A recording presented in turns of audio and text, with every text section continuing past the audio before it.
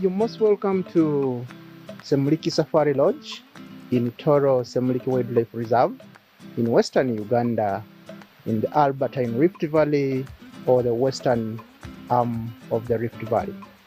So right now, this is the Semliki Safari Lodge, and by names, I am Mike Roberts, and I am the manager of the Semliki Safari Lodge.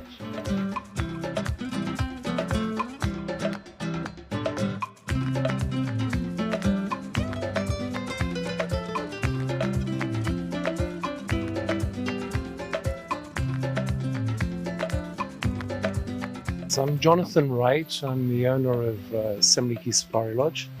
Semliki Safari Lodge was originally developed on a different site back in the 1960s and the early 70s. I happened to be lucky enough to meet His Excellency the President in Washington back in early 1990, around that. And he invited me to come to Uganda and to invest in this country. So I came, I visited various places, and I came to Semliki, which at the time the wildlife had been a little bit poached during the war years. But we decided to take it on because of the amazing scenery, biodiversity, and the wildlife here. And we signed an agreement with the government in 1994, a long time ago now, and started construction of the lodge and opened in 1997. And here we are today. We're still, the park is improving. It's taken a long time. The wildlife is starting to do very well. We have an exceptionally interesting chimpanzee project. We believe this is where man got up and walked. And the elephant are growing. We've just been with some beautiful, big wild forest elephant. And yeah, we're excited about the future. I chose this particular location because because of the unusual biodiversity. We're in the Albertine Rift Valley. The park sits on the edge of the Achuri Central African rainforest. We have the effects of the Sahel from southern Sudan and Lake Albert. The backdrop of the park is the Ruwenzori Mountains, and we're sitting down in the western Rift Valley. The Semliki Valley is a really unusual place. You can go to a lot of parks in Africa and see savanna elephant, but you can't go to a lot of parks in Africa and see forest elephant. You don't have the unusual chimpanzees we have here that have a different hip structure and cranium and really will teach us an awful lot about the evolution of man. You have Nile crocodiles here, but there are short-snouted crocodiles. There are warthog, but then we have giant forest hog and red river hog and all kinds of unusual things. And the valley itself probably has, in terms of a birding destination, I think is second to none, because with the Semliki National Park and Semliki Game Reserve, I think there are probably more species than any other park in Africa. In addition to that, you get some of the most extraordinary rare species. You know, the shoebill is here. You have things like Narina trojans, pittas, there are green bulls, leaf loves, and over in the Semliki National Park, there's some of the rarest birds in Africa that you can find as well. So it's a great place, and we, you know, unfortunately during the war it was hit. It used to be one of the best places in Africa for predators, for leopards and lions, which we plan to introduce in the future. And bring the numbers up because the density of cats was very high in this park, and it is a dream of ours that we get it back to that in the end. There is a plan to make it a national park. We've been pushing Uganda Wildlife Authority to bring Semliki under the national park structure, so it's given a greater level of protection.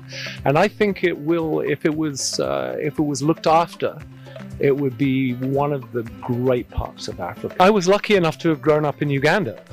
So when I was a little boy, you know, I was going on safari in Murchison Falls and Queen Elizabeth National Park. And so I grew up really on most of my holidays on safari.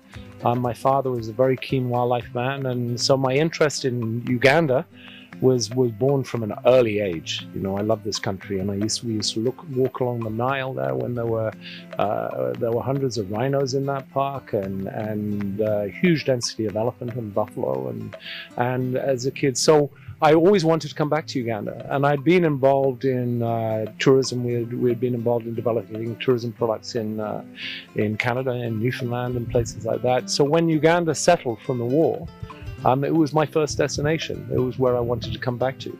It was really in my soul, in my spirit to come here. And so my interest in tourism was born out of that, and into lodges and development. A lot of that was self-taught. Of course, I went to university and I was educated and things like that. But actually getting into the tourism, yeah, we've learned over a long time. 40 years we've been building lodges and camps now.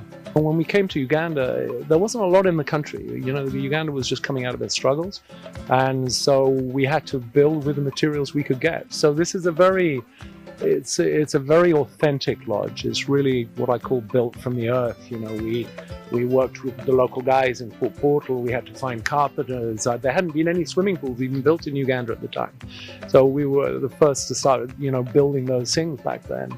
You know, you couldn't even at the time. Murchison Falls was derelict. Moya Lodge wasn't there. Para Lodge wasn't there. None of those things were there.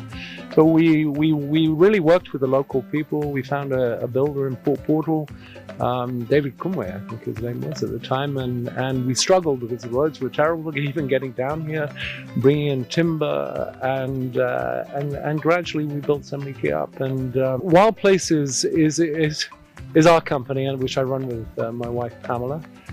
We seem to always end up going to places where nobody else goes. You know, we were the first company to, well, we came to Semliki when nobody else would come here. We went to Kidepo, Apoka Lodge, when nobody else went to Kidepo. It was considered too dangerous. So when we went to Kidepo, there were no other tourists. There were no other operational lodges. Everybody was too scared to drive because there was the cattle raiding and things like that. And so we went up there. We built a beautiful community lodge, which we run in conjunction with the local communities up at Nkuringo. And it's been very successful for the local community. So we have a strong, we like to, you know, I tend to go into areas that nobody really knows about in Uganda, and I have strong belief in those areas. I think Uganda is full of opportunities. Everybody tends to crowd into one place. You know, they go running into the Delta in Murchison or Queen Elizabeth up on the Escarpments and Kaseni area. And Uganda is much more than that. We have 9 national parks. We have, I think it's 12 game reserves, and we have 400 forest reserves. So there are opportunities all over this country, and there are beautiful sites all over this country. And we, you know, from the tourism perspective, we need to develop more products, not on top of each other in different areas. People need to look beyond that. And we were the first people to build up at Nkuringo. Now everybody's trying to build lodges up at Nkuringo, you know. So we try to be, I remember the president when he was here one time. He was staying with us here, and he wrote in our guest book, it's somewhere in one of the old guest books here, he called us Batambuzi, pioneers. Because we went to these wild places, you know, and he was like, I think he thought we were a little crazy at the time, but anyway, he brought us here. Yeah. What I really sincerely would love to get across both the cabinet and to His Excellency and to Uganda National Parks. Uganda is one of the most biodiverse countries in the world. You know, it has, from an African standpoint, an African wildlife standpoint, incredible geography, incredible rainforests, incredible ability to hold and support many different species, from primates to the savanna species, ungulates to cats to elephant. But the biggest problem we have in this country is that, one is we don't really understand our national parks properly, and 2 is, from that, we are not utilizing most of our national parks properly. And at the moment, we are inundated with problems with poaching. Now, what I would love to see addressed from Cabinet and from the President is that we have a zero tolerance approach to poaching in Uganda. And if we can eradicate the snaring, which is a terrible curse on our wildlife, we lose thousands and thousands and thousands of animals to snaring. We lose elephant, they have their trunks cut off. We've almost lost our lions. Even in Ashasha, you know, the lion population is tiny now. Throughout there, and we're losing lions in Kidepo from snaring, and we've lost lions here from snaring, and they're an indiscriminate killer, and we need to eliminate. If we eliminate the killing of the animals and the snaring of the animals, this country will, you won't even have to market Uganda. Trust me, you won't even have to go out and spend millions of dollars selling this country. So one is we need to the number one thing is we need to stop poaching. That's it, full stop.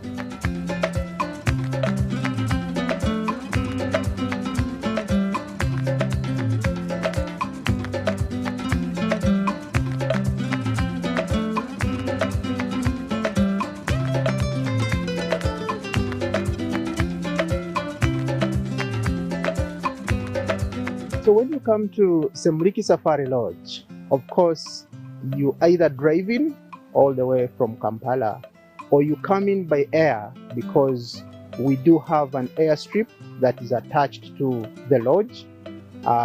So you can either fly in or you can drive in, and then when you fly in, we do transfers. You're welcome to Toro Semliki Wildlife Reserve airstrip. This airstrip, we normally get different planes which are bringing our clients from the area Kajansi, and mostly the planes which are coming here for aerolink and migration mostly. So really, you're welcome. So when you come to Semliki Safari Lodge, immediately you come in, you are ushered in by a team of boys that will help you carry your luggage into the main lodge, where you are treated to a VIP experience. You are treated to a welcome juice as you're having a briefing about the lodge. So basically, Semliki Safari Lodge is one of those wild places, establishments that we are very, very deep in the wild, where you expect to have calmness, where you expect to have peace, to enjoy the quiet ambience, and you're treated to sound of nature.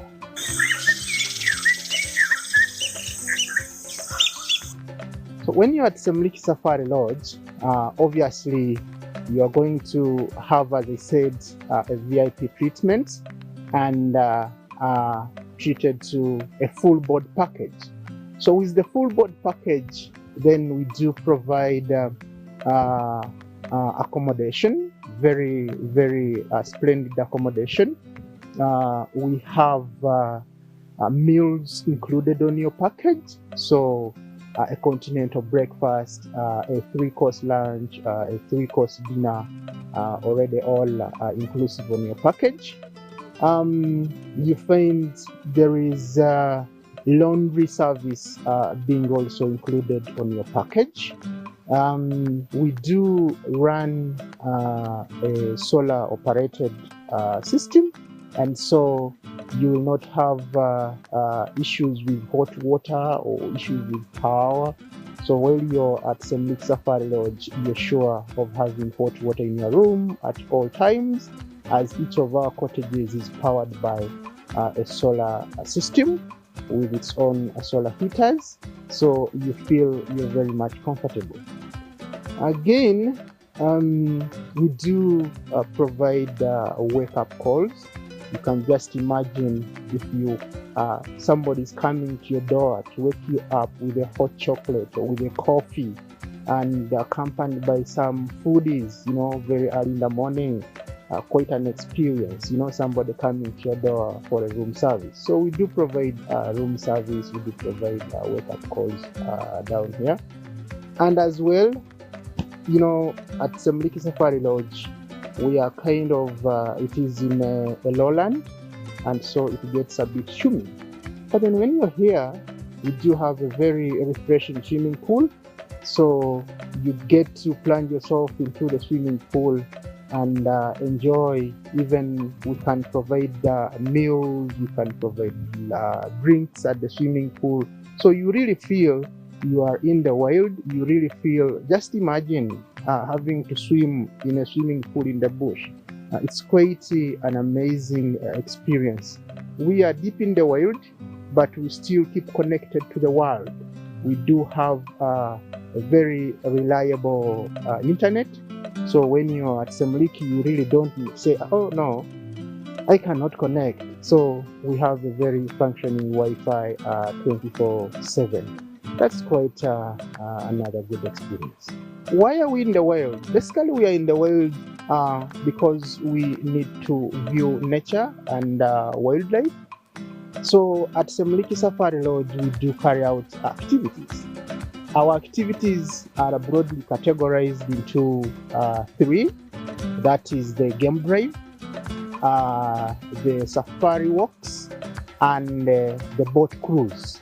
So we are so lucky that we are neighboring Lake Albert, which just lies in the north of where we are, and that's where you can find one special bird that is called the shoebill. So we actually have over 450 bird species here. So just imagine you are in the paradise of the birding world. But then if you're into the shoebill, we do carry out the boat activity on the lake. And we actually have two powered boats, and which are eight capacity. So even if you are 16 coming over here, we do have boats that we can take you for an activity on the lake. As I said, we have the game drives. We have our beautiful game viewers where we can do either a morning game drive or an evening game drive. And of course, here we are looking at going for wildlife viewing. We are looking at the forest elephants. We are looking at the forest buffaloes and different other mammals that are found at Semliki Safari Lodge.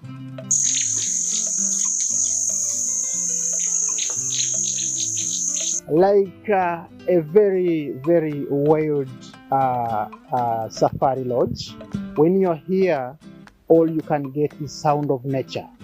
You're free, you're out of the noise from town, you're out of the noise from urban areas, and here you just get the sound of birds, the sound of animals. Just imagine waking up to colobus monkeys singing for you early in the morning.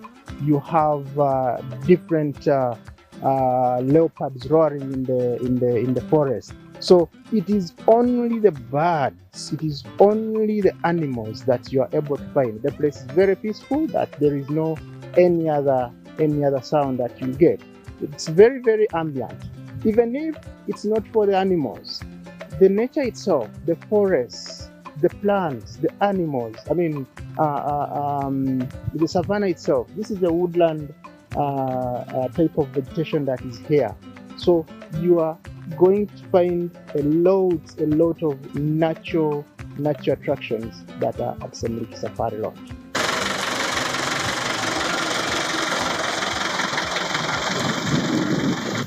So right now we are heading for our evening game drive, and we are going to do a sunset look where we expect to see some buffaloes and elephants, because our elephants here, they normally come out during a late evening, and they spend the whole night in the savannah.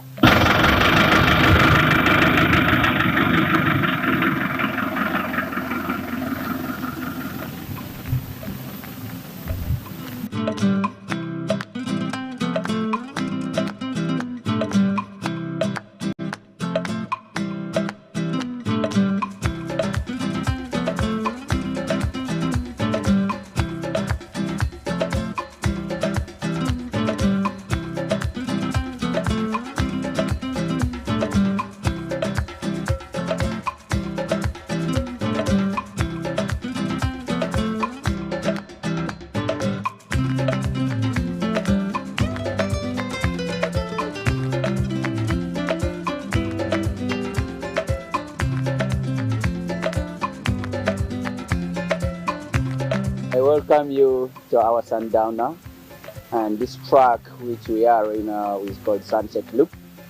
Always Semliki as Safari Lodge, whenever we have any activity or a game drive, we normally have a sundowner. We go and set our table or our bar outside, then we enjoy the drink. So meanwhile we are waiting the sunset. We do set our bush bar in the bush here, and it's best done when you're targeting the sun setting. So when the sun is setting and you see the orange in the background, then we have spots where we see the animals. So you can just imagine the sun is setting, then the animals in the background, and you have your bar. So you chill there after driving throughout the park. Now you've seen everything, you've seen all the animals, you feel like relaxing, and wow, from nowhere, in the bush, you have a bar set. So you take very nice pictures, you get very nice histories, you get very nice stories from the guide as he tells you like a wrap up of what you covered when you are doing the entire game drive. Okay, I welcome you to the campfire here in Semliki Safari Lodge. My name is Uncle David. Always after drive, even though some clients are not going for drive, we normally put a campfire around and they have something to drink, and we talk a lot of stories. Sometimes what the stories which really pertaining about the park and what are the main activities which is being carried out here. So we normally tell our clients all those things which are really we normally do around here. Basically, Semliki Wildlife Reserve is the first protected area in Uganda. I can say it's the oldest park in all the parks in Uganda. It was gazetted in 1926 because of the big number of antelopes we had here, and buffaloes, we have elephants, the forest elephants and savanna elephants. So that was the main point to gazette that this park by that time. People wanting to contact us at the Semliki Safari Lodge, we've got social media handles, we've got contacts that we can we give. First of all, if you want to contact us directly on a call, we are at 0772 70 70 07. 0772 70 70 07. You can contact us or through our reservations desk, and that is reservations@wildplacesafrica.com, or you can contact us directly at our head office through info@wildplacesafrica.com. Our website is www.wildplacesafrica.com.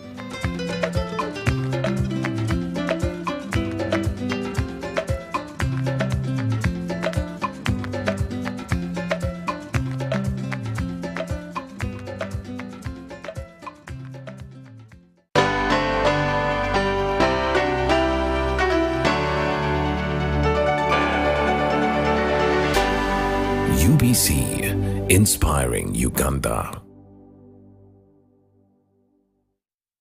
Iwakato, this is a quick call. I'm almost out of minutes. Now, so the center. Why rush through such important conversations? Airtel Uganda has made it possible for you to call across all networks in Uganda at the best rates with the new Bona voice bundles. Stay connected anytime, anywhere, with minutes valid for calls on all networks. Dial *100*1#. Select voice bundles and select Bona voice bundles today. Airtel, the smartphone network.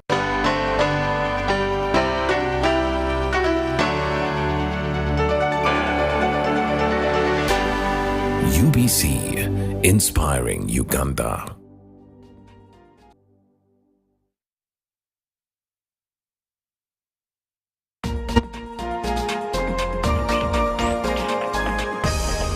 Up next on UBC, brought to you by the My Airtel app, the smart way. Download today on the App Store or the Google Play Store.